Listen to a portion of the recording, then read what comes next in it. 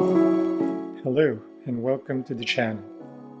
This is another video of the Monsgeek M1 with Gateron Black Inc V2 for switches, this time with KOP keycaps from Nuphy.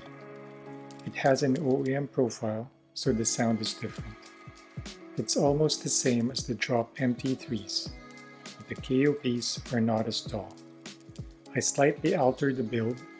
Instead of using a thicker PE foam, I opted for the stock PE foam that came with the Monsgeek M1. I also used the plate foam together with the PC plate and used polyfill instead of the case foam.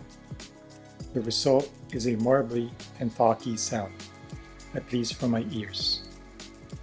I also received the M1 FR4 plate today, so stay tuned for another video using the FR4 plate. So here's how it sounds from my home office setting.